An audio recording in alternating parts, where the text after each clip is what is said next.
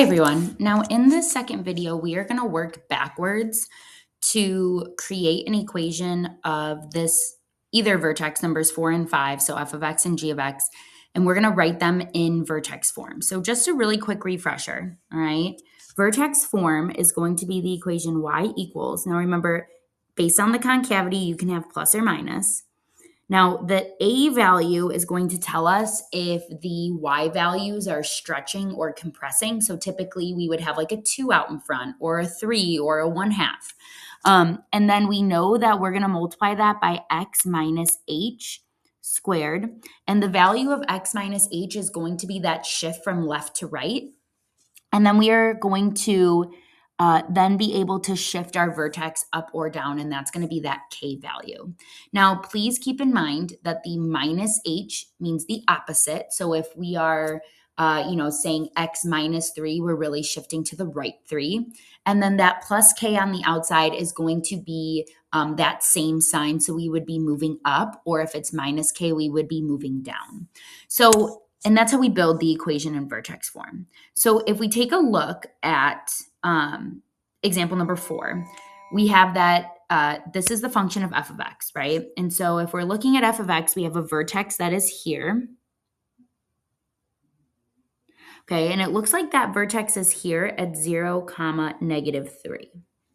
Now, looking at the points that fall on this parabola, it does look like we go out 1 and then up 1. We go out 2 and then up 4. We go out 3 and up 1, 2, 3, 4, 5, 6, 7, 8, 9. So it doesn't look like there's an A value, right? A is just 1. And because it's concave up, there is positive, right? It is positive.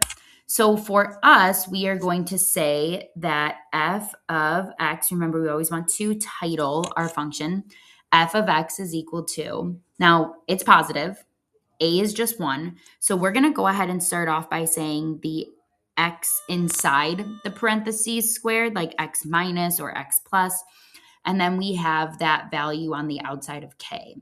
Now for us, we notice that x is 0. So when we write something like this, x minus 0 squared, it kind of doesn't really look appropriate mathematically speaking, because if you take x and you subtract 0, you still get x. If you take x and you add 0, you also still get x. So instead of saying x minus 0 or x plus 0, we are actually just going to say x squared.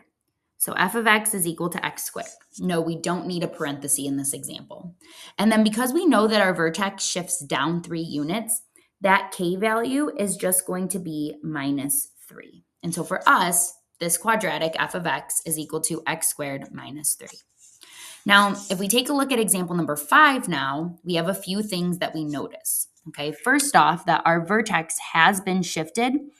Our vertex is now located at 2, 3. So this is going to have values inside of the parentheses and on the outside.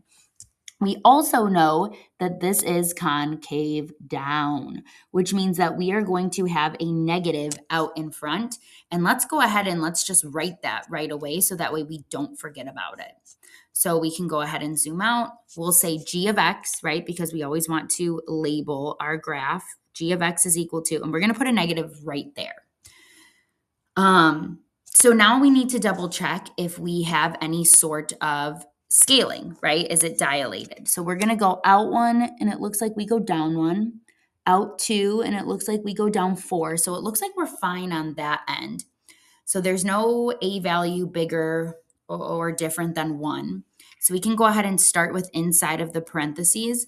We shift to the right 2 units. So that's really going to be x minus 2. We'll square. And then because we shift up 3 units, we're going to keep the sign the same and we'll add 3. And that is how we work backwards to write an equation in vertex form. You'll notice at the bottom of this worksheet is a review of past concepts. This is something to help you prepare for the miscellaneous section, something to help you prepare for the other 4 learning targets we've done so far. Now think all the way back to before spring break, we were solving.